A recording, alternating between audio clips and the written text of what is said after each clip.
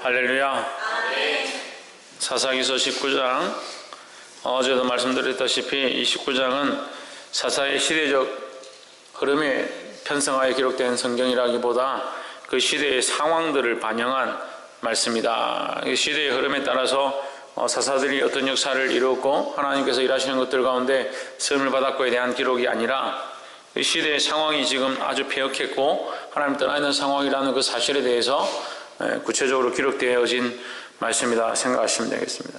19장 1절을 보면 이스라엘의 왕이 없을 그때에 에브라임 산지 구석에 우가는 어떤 레위 사람이 유다 베들레헴에서 첩을 취하였더니 했습니다. 17장과 18장에서는 레위인이 우상 앞에 전하고 우상을 하나님 앞에 경배하는 대상으로 만들어버리는 그런 폐역한 짓들을 행하는 겁니다. 그럼 레위인은 뭘 해야 되느냐? 하나님 앞에 예배하는 역할을 해야 되는 겁니다. 오늘날 레위인이 누굽니까? 우리입니다. 우리 자신입니다. 우리는 예배자고 하나님을 믿는 사람들입니다. 홍채연 우리가 뭐라고?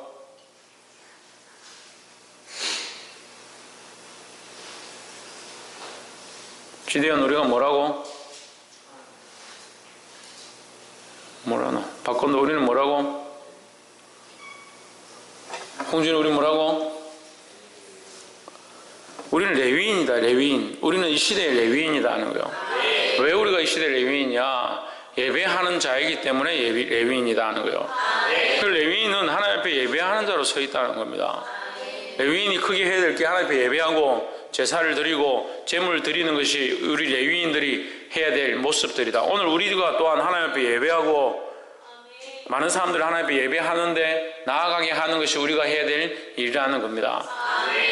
근데 이 타락은 어디서부터 왔느냐? 그리스도인들이 타락하면서 그 시대에 타락이 오는 거죠. 그리스도인들이 그리스도인의 역할을 못하는 겁니다. 그리스도인들이 세상 사람과 똑같이 살아가기 시작하는 겁니다.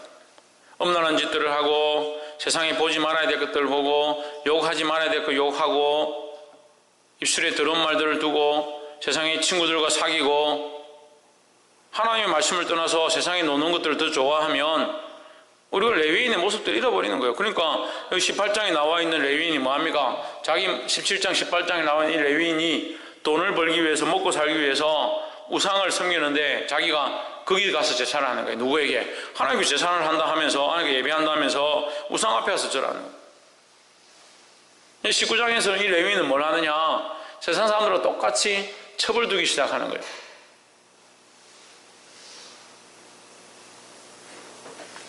그게 왕이 없었다. 왕이 없고 자기들 마음대로 사는 거예요. 하나님을 주로 섬기는 삶의 모습이 우리의 모습이 하나님을 주로 섬기고 하나님을 우리의 왕으로 섬기는 삶이 되어야 될 줄 믿습니다. 그걸 바뀌어야 되는데 그렇게 안 되니까 이 시대에 그리스도인들이 타락하고 썩어지니까 이 시대 가운데 그리스도인들은 세상과 구별되느냐? 구별되어 있지 않다는 거죠. 그게 뭐라고 합니까? 도찐개찐 세상이 들어온 거나 그리스도인들이 들어온 거나 더 못했으면 더 못했지 더 문제가 심각하다는 거예요. 남을 탓할 게 아니라 내 자신이 지금 하나님 앞에 바로 서 있는가 돌아봐야 될 줄 믿습니다. 홍채님 뭐 해야 된다고? 너 맨 앞으로 와.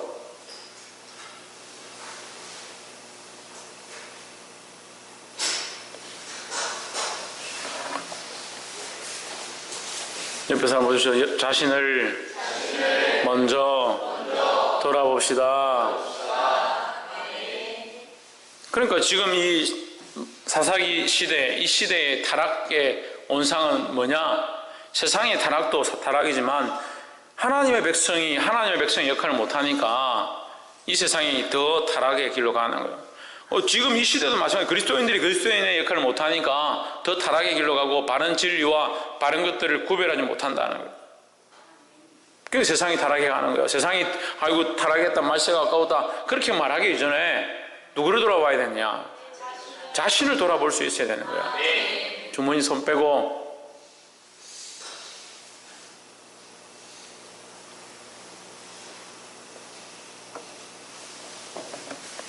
이 레위인이 타락해가지고 첩을 두었다. 이 세상 사람은 똑같다는 거죠. 2절 그 첩이 행음하고 남편을 떠나 유다 베들레헴 그 아비의 집에 돌아가서 거기서 넉 달의 난을 보내매했습니다. 첩을 둔 것도 문제고 첩이 행음한 것도 문제다는 거예요. 3절에 그 남편이 그 여자에게로 다정히 말하고 그를 데려오고자 하여 하인 하나와 나귀 2피를 데리고 그에게로 가매 그 여자가 그를 인도하여 아비의 집에 들어가니 그 여자의 아비가 그를 보고 환영하니라 하십니다. 여러분, 이미 레위인이 타락해서 첩을 둔 것이 죄의 모습이고 이 여인이 그 상황 가운데 행음하고 다른 남자를 보기 시작한 것이 또 더 큰 죄인데 거기에다가 이 남자가 그걸 용납하고 또 그 여자를 만나러 다시 가고자 하는 이것은 이미 레위인의 이름을 잃어버린 거야. 그래서 뭡니까? 그 남자가 그 남편이 레위인이라는 이름을 쓰지 않는 겁니다. 레위인의 자격이 없다는, 하나님의 백성의 자격이 없다는 거예요. 이 모습이 뭐냐? 죄에 대해서 눈이 어두워졌다는 거예요. 죄에 대하여 눈이 어두워지기 시작하니까 보지 못하는 겁니다. 자기가 죄로 달려가고 있는지 하나님에게서 관계가 떨어져 가고 있는지 폐역하고 있는지 자신을 못 보는 겁니다. 문제가 뭡니까? 죄에 눈이 멀기 시작하니까 하나님과의 관계가 끊어져 가는 게 문제예요. 복이 되길 주 이름으로 축복합니다. 그래서 우리는 죄에 대하여 밝아야 되고 죄를 밝히 알자는 게 아니라 이것이 죄인 줄 알아야 된다는 거예요. 그래서 우리가 하나님 앞에 바로 서 있고 하나님 앞에 밝으면 뭘 볼 수 있느냐? 죄를 볼 수 있는 거예요. 세상의 폐역함을 볼 수 있는 거예요. 할렐루야.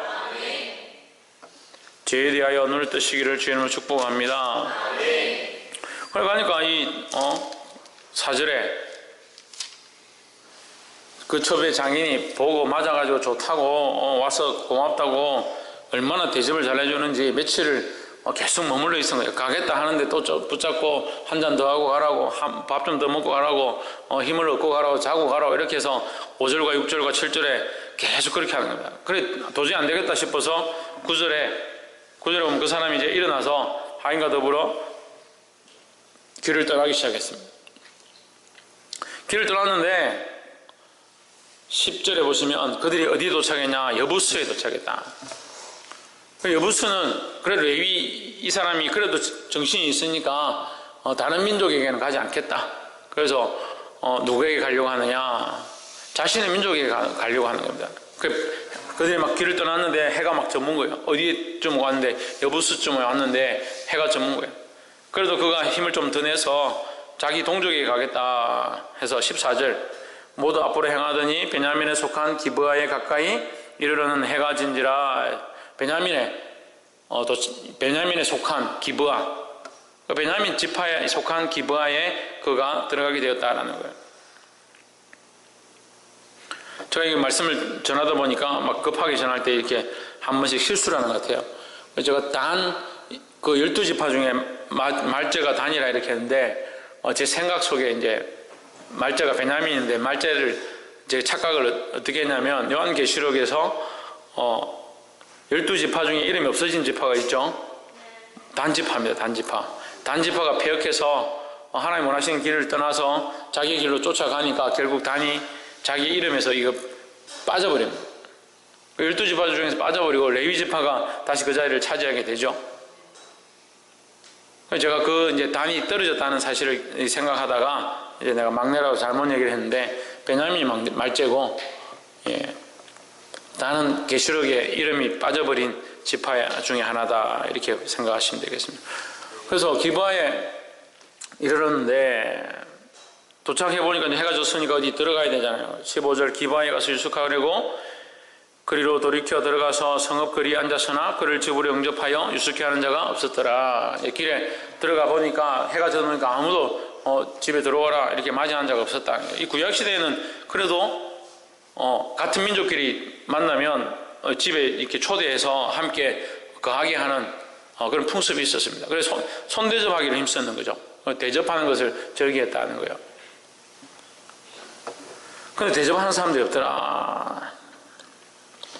20절에 그래 밤에 이제 일을 마치고 돌아오는 노인을 만났습니다. 노인이 가로되 그대는 안심하라. 그대의 모든 쓸 것은 나의 책임이니 그리에서는 자지 말라 하고 21절 그를 데리고 자기 집에 들어가서 나귀에게 먹이니 그들이 발을 씻고 먹고 마시니라 했습니다.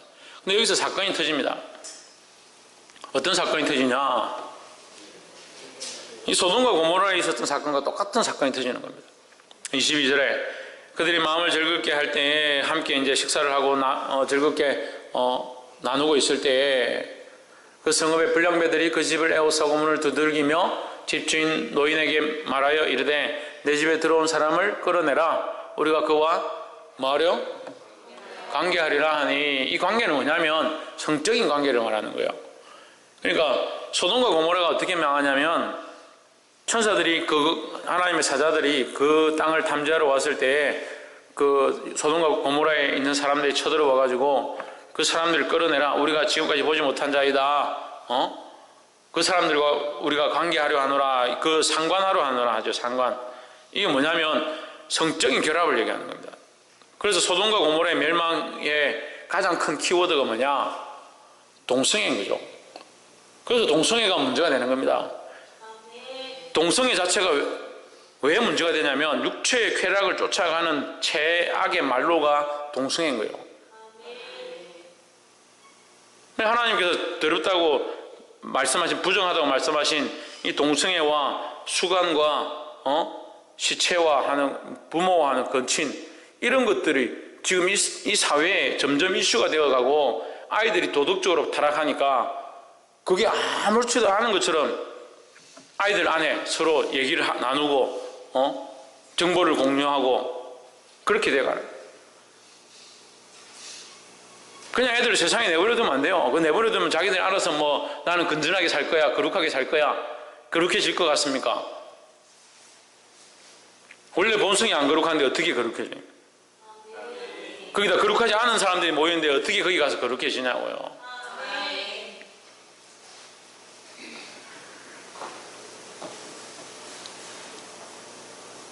이 시대, 그 시대의 부패성을 지금 보여주는 거예요. 23절에 집주인 그 사람이 그들에게 나와서 이르되 아니라 내 형제들아 청하노니 악을 행치 말라. 이 사람이 내 집에 들었으니 이런 망령된 일을 행치 말라. 여기 망령된 일이라 하는 거죠. 망령된 것은 결국 하나님을 배반하는 일들이 망령된 일인데 이것이 이제 여기서 말하는 동성애라는 거예요.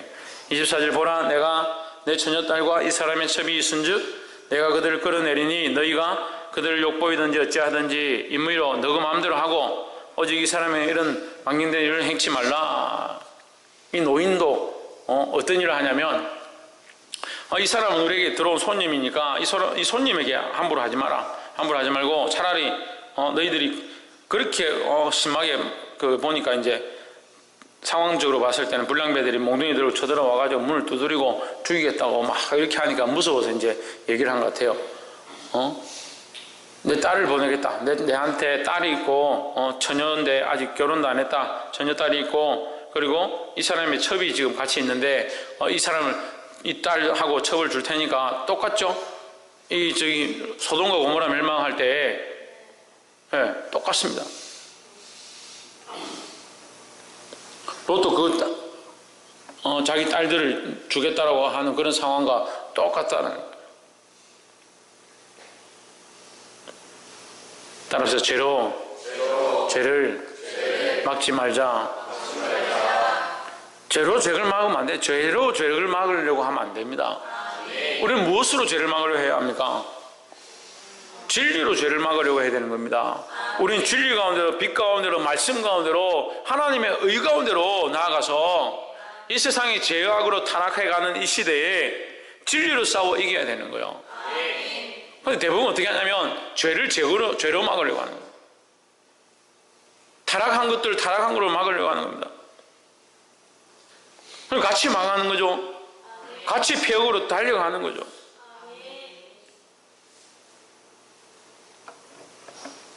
이것이 사람의 방법이고 오늘날 만연한 시대의 방법이다. 그러니까 죄를 죄로 막으니까 교회에 있는 사람들도 거짓말을 하는 겁니다. 목회자들도 거짓말을 하는 겁니다.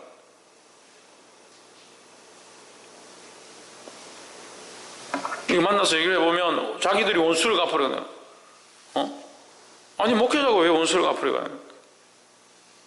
그걸 가만 놔두면 안 된다. 그게 하나님의 방법이 아니잖아요. 방법을 써도 사람의 방법을 쓰고 인간적으로 쓰고 죄를 죄로 갚으려고 하니까 결국 이거 하나님의 일이 일어나는 게 아니라 사단이 기뻐하는 일들이 일어나는 거예요. 죄를 죄로 갚는 이 패역을 버리시기를 주의 이름으로 축복합니다.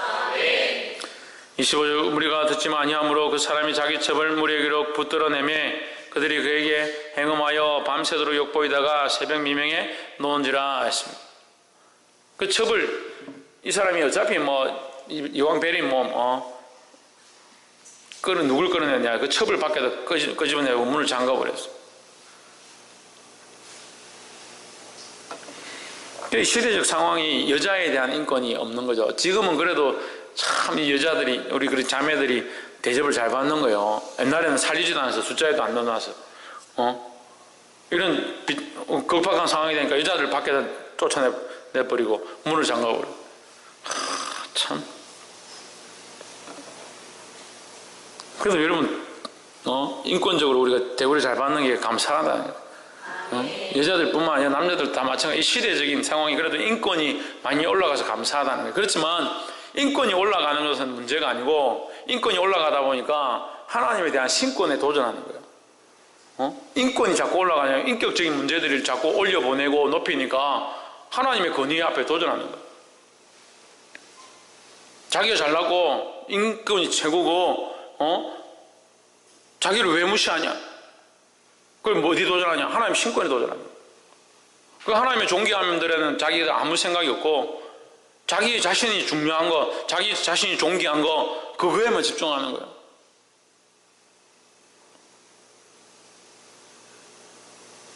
그러니까 뭐가 없습니까? 자기 자신이 죄인임에 대한 인식이 없어지면 이 사사시대처럼 돼가는 거예요. 자기가 죄인인 걸 모르는 거죠. 자기 연약한 걸 모르는 거죠. 심지어 뭘 모릅니까? 자기가 뭘 잘못했는지 모르는 거예요. 예배 시간에 엉뚱한 짓 하고도 뭘 잘못했는지 모르는 거예요.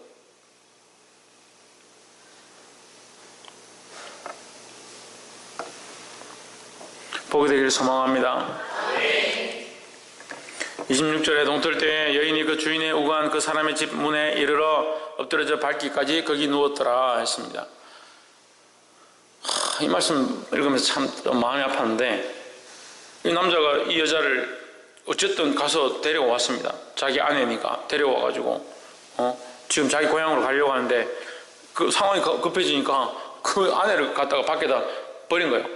그리고 거기 사람들이 막 강간을 하고 이 여자를 욕보이다가 버렸는데 이 여자가 피를 흘리고 그 문 앞에 엎드렸는데 딴 데 가지도 않고 그 남자를 찾아서 그 문으로 들어가려고 하다가 문지방에 엎드려 죽었다. 그 여자는 누구를 본 겁니까? 그 남자를 다시 만나고자 돌아가고자 하다가 죽었다는 거예요. 이 여자의 모습 속에서요 우리의 연약한 모습들을 보는 거예요.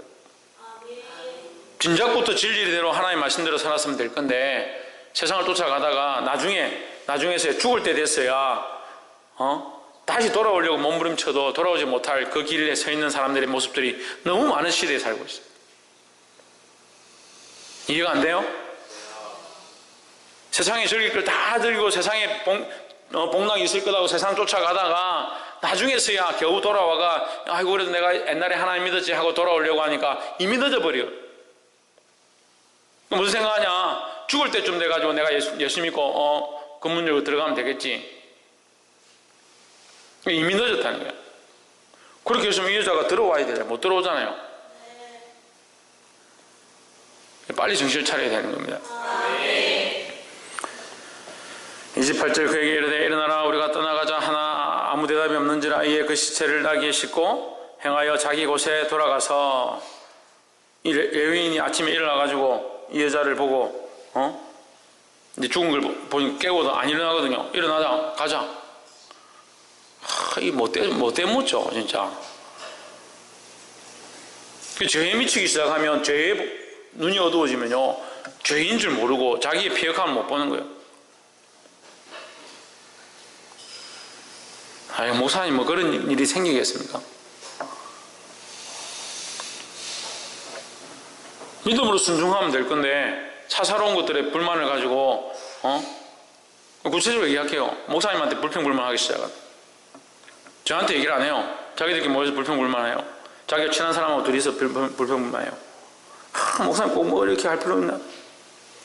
그렇게 하다 죄를 계속 짓습니다.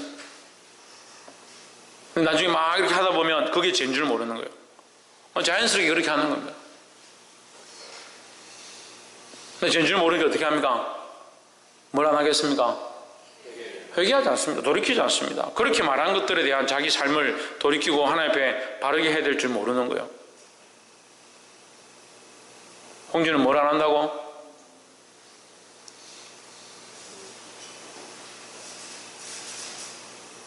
홍채윤 뭘 안 한다고?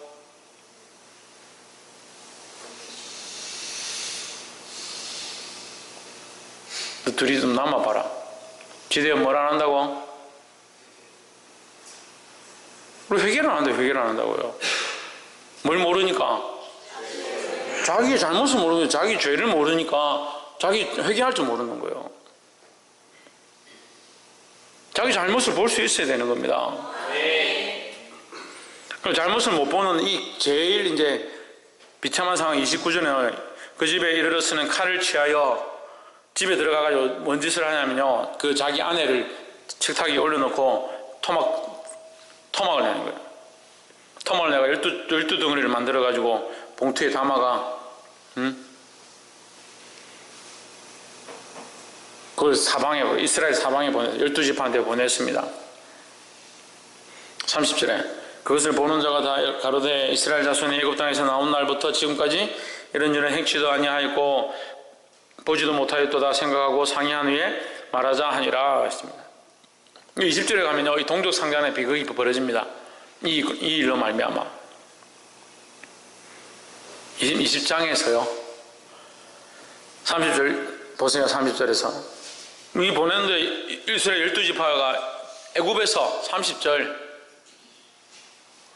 애굽 땅에서 올라온 날부터 지금까지 이런 일이 일어나지도 아니하였다. 일어나지도 않고 보지도 못했다. 그 소돔과 고모라가 멸망할 때 있었던 그런 죄악이 여기 있는 겁니다. 그런데 여러분 생각해 보십시오. 이 시작이 뭡니까? 레위인의 타락에서 시작된 거예요. 이스라엘이 왕이 없는 삶을 사니까 하나님을 존귀하고 하나님을 두려워하는 삶을 살지 않으니까 이런 일이 벌어진 거예요. 그 레위인의 타락으로 말미암아 여기 이 땅 가운데 법이 없는 자들이 와서 이 패역한 짓들을 한 겁니다. 지금 누가 해결해야 됩니까? 레위인이 먼저 해결을 해야 되죠. 하나님의 사람이 먼저 해결을 해야 되죠. 자기가 이 첩과 그런 관계를 맺은 것이 잘못이고 행엄한 여인을 다시 취하는 것이 잘못인 줄을 돌아보지 않고 그냥 이 사건만 보고 보복을 하는 거예요. 자기 죄를 못 보니까 잘못된 판단을 가지고 잘못된 조치를 취해버리는 그런 비극한 상황이 생기는 겁니다. 결국 이것으로 말미암아 베냐민 지파를 거의 다 죽이게 되는 그런 엄청난 비극이 생기는 거예요. 보게 되기를 주의 이름으로 축복합니다. 그래서 하나님의 눈이 필요한 거예요. 그래서 하나님 앞에 서는 것이 중요한 거예요. 그 죄를 죄로 갚는 거죠. 자기가 죄 지은 줄 모르니까 자기는 정상적으로 이 죄를 갚는다고 생각하고 있지만 자기는 죄로 이미 물들어 있는 자기 자신을 못 보는 거죠. 그러니까 이 일은 뭐예요? 죄 지은 자가 죄로 말미암아 죄를 보복하는 거예요. 그 결국 그 마침이 뭐예요? 그 마침이 축복이 아니라 저주로 끝나버리는 거예요. 그래서 우리는 이런 일들을 반복해서는 안 됩니다. 그럼 어떻게 해야 합니까? 자기 자신의 죄악됨을 연약함을 먼저 볼 수 있어야 되고 자기 자신을 돌아보고 또한 이 죄에 빠지지 않도록 바른 분별력들을 가져야 되는 겁니다. 또한 죄를 죄로 갚으려 하면 안 돼요. 그 상황들이 어렵고 힘들다 하더라도 진리로 이것을 이기려고 해야지 죄를 죄로 갚으려면 안 된다는 거예요. 박사님 뭐로 갚는다고? 참 자면서도 대답을 하네. 보게 되기를 주님은 축복합니다. 말씀을 맺겠습니다. 사랑하는 성도 여러분, 이 패역한 시대 가운데 우리가 그리스도인으로 하나님의 자녀로 부름을 받았습니다. 이 시대와 똑같이 물들어가고 이 시대를 따라서 흘러가면 이 시대에 편성한 유행되어진 이 세상의 죄악들을 그대로 가지고 있는 사람들과 다를 바가 없습니다. 다를 바가 없으면 뭐예요? 바른 분별력도 없고 바른 판단력도 없고 바른 진리도 선포할 수 없는 그런 존재밖에 되지 않는 거예요. 자신을 먼저 돌아봐야 합니다. 자기 죄를 먼저 회개해야 합니다. 죄를 죄로서 갚으려 하지 말아야 합니다. 그리고 모든 심판들을 하나님께 맡길 수 있는 그런 자들이 되기를 주의 이름으로 축복합니다. 기도하겠습니다. 이 시간 말씀을 기억하면서